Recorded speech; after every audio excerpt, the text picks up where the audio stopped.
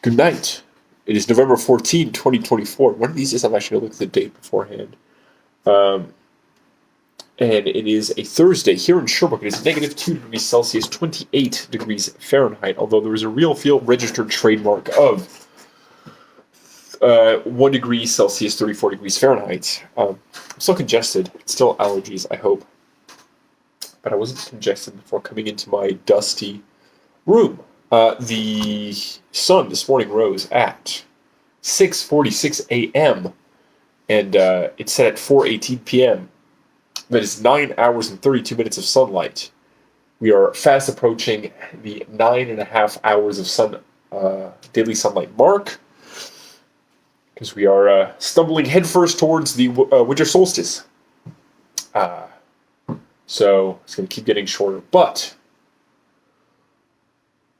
the closer we get to the winter solstice, the closer we get to experiencing it and then passing it, and then the days will start getting longer. So it's not too bad so far. I'm gonna blow my nose. I'm sorry, it's just really obnoxious. Sorry. Actually, no, I'm not sorry. It's normal. It's okay to blow your nose.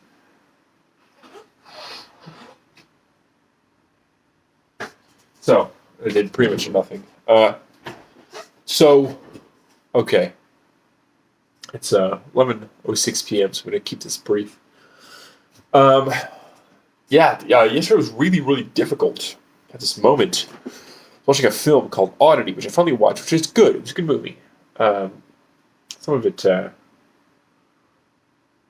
doesn't matter. But near the end of the film, the last 10 minutes, I got this really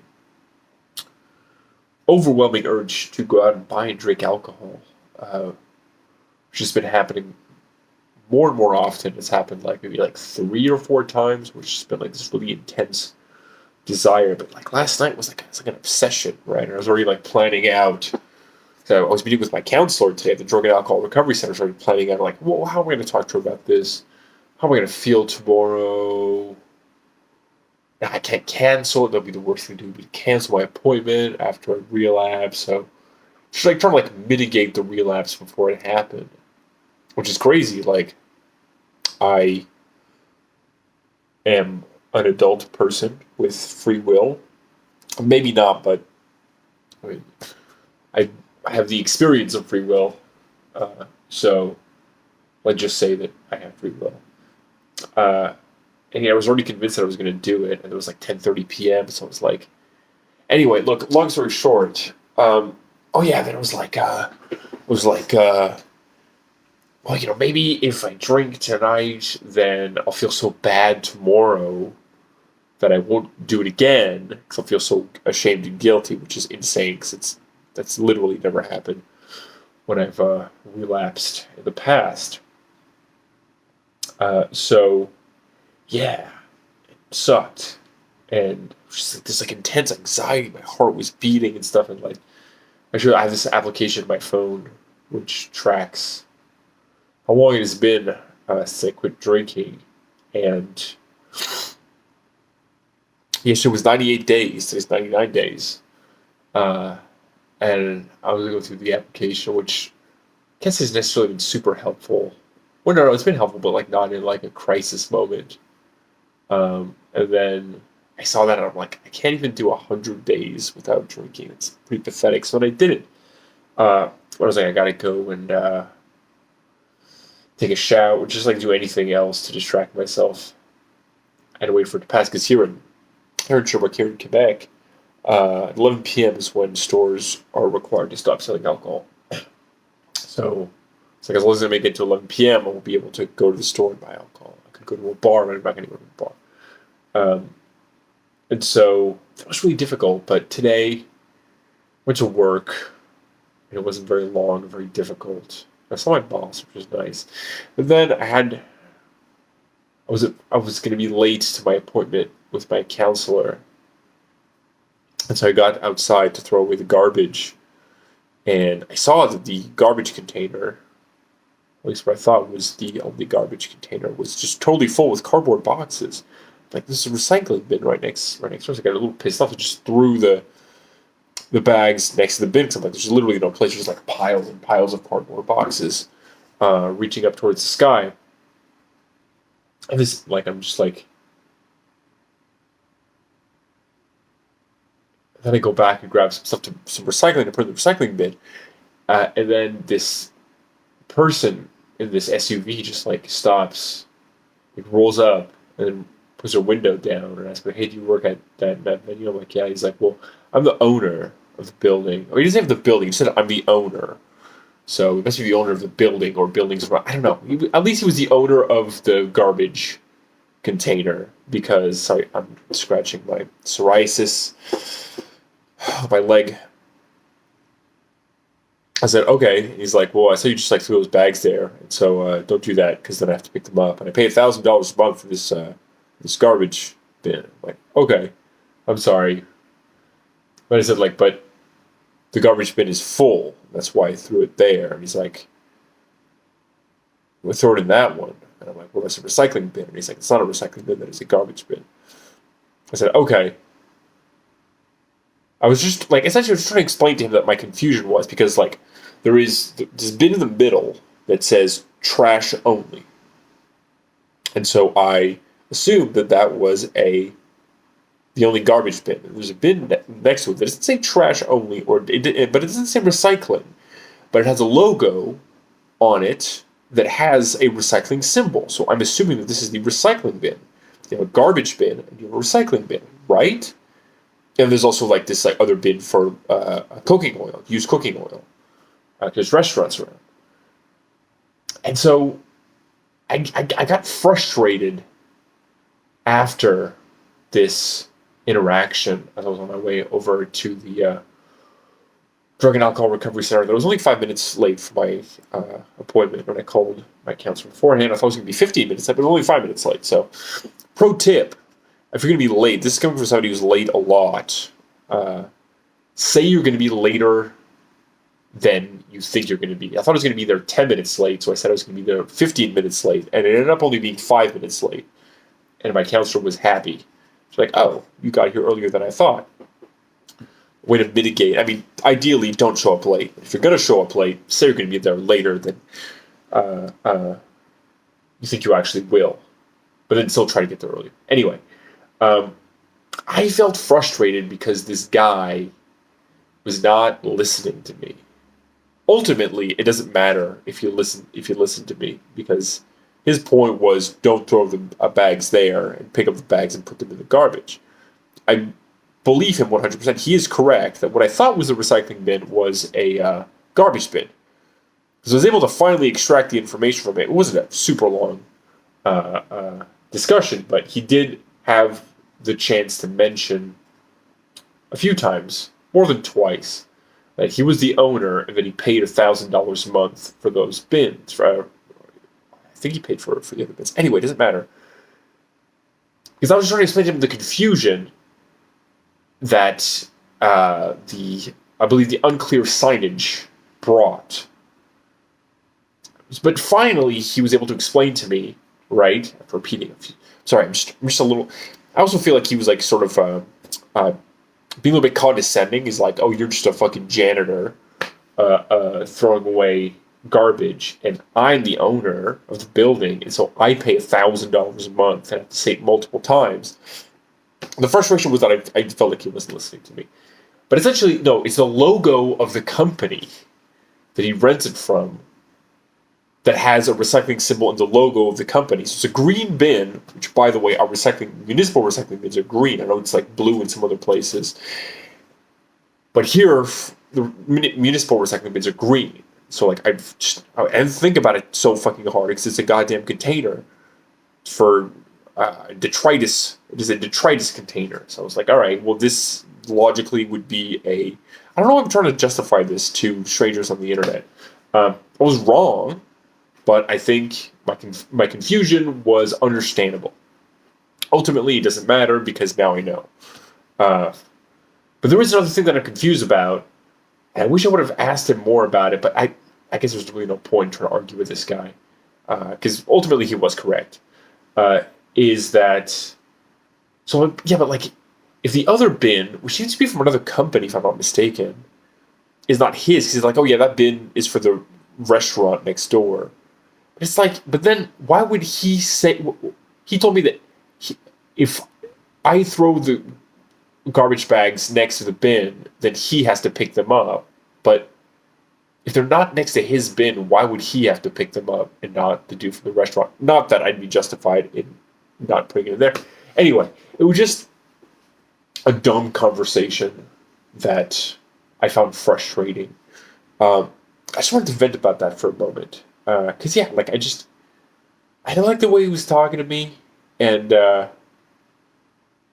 think his bin setup is definitely it's definitely set up for confusion. But then, right next to the Drug and Alcohol Recovery Center, I saw some bins from the same company because now I noticed that this name and logo, like I notice it now. And then they had two bins, and one was green, and one was blue. And I know in some other places, recycling bins are blue. So I'm like, okay, it's just that their bin is green, and the garbage bin is green, and the recycling bin. But then it was nice. I was talking to my counselor, and she was talking about how this is going on for longer than I had anticipated. I'm sorry. Unless you find this interesting, in which case I'm not sorry, but I'm not finding it particularly interesting. So I'm going to try to power through this. Okay.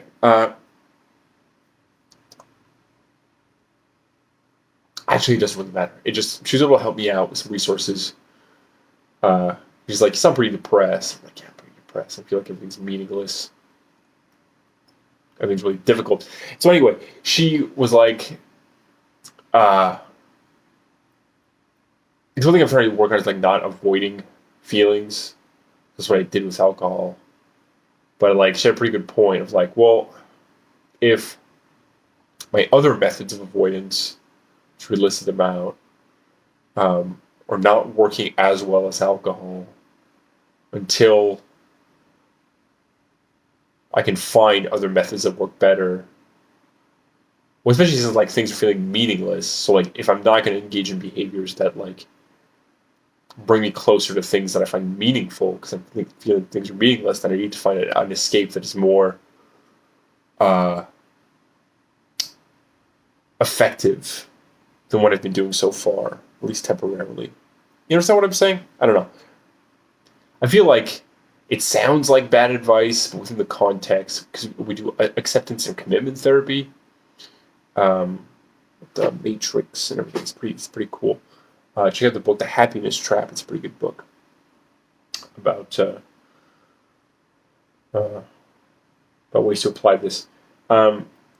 Anyway, so that's good. And then you're gonna put me in contact with a clinic, whatever. It doesn't matter. But then I went to the grocery store. I made some food, so I ate. It felt good. And then I went out to play Magic the Gathering. And I almost didn't want to go, but then I'm going to miss it next week. And then I went, and then we were only 5, so there weren't enough people to do the event. There was no event. But one of the people there, who also was like, yeah, I almost didn't go, because essentially there were like a few people that regularly come that are in Calgary because they're playing in a competitive event. And so I was like, fuck, man.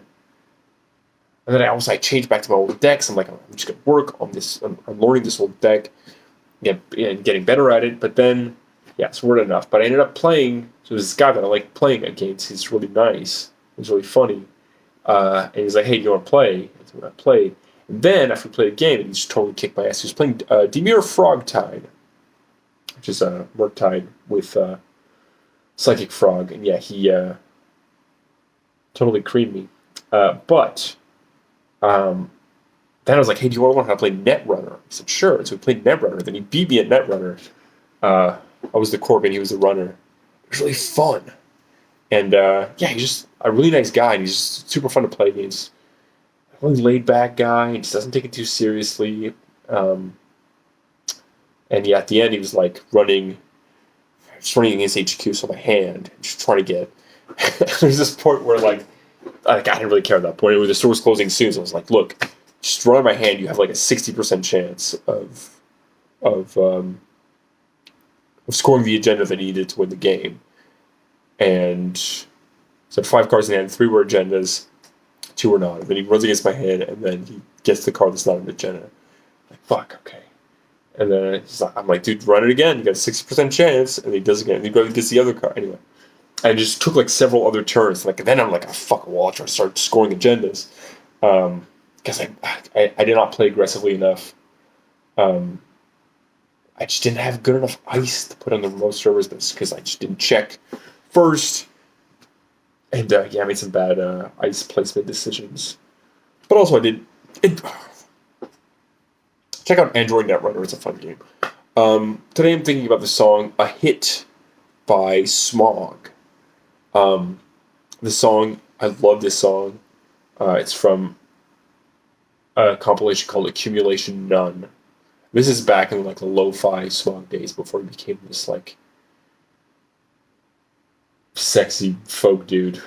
He was a sexy dude back then, but like, yeah, once he started, I don't know, started getting big, things were better recorded and were a little bit more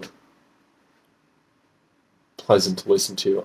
Not to say that his like earlier stuff is not great. I love Smog. I never got hugely into Smog, especially his early stuff. But what I've heard, I've liked.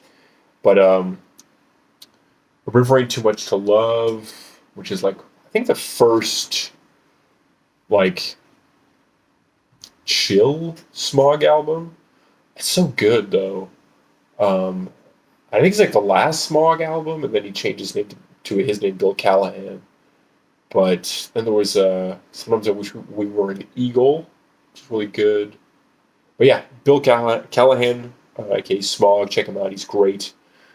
Dude was a Casanova back in the day. He dated all the like genius indie rock, independent music women, like Joanna Newsom, dated Cat Power. Total fuckboy. Really handsome guy. Great musician. But this song is so good. It sort of sucks. Actually, no, the song sucks. But that's the point. And it sucks in such a perfect way that it's just like it's like aliasing, or like it's like it just sucks. No, but it doesn't suck so much. It just sucks like it's so good. Okay, listen to this song.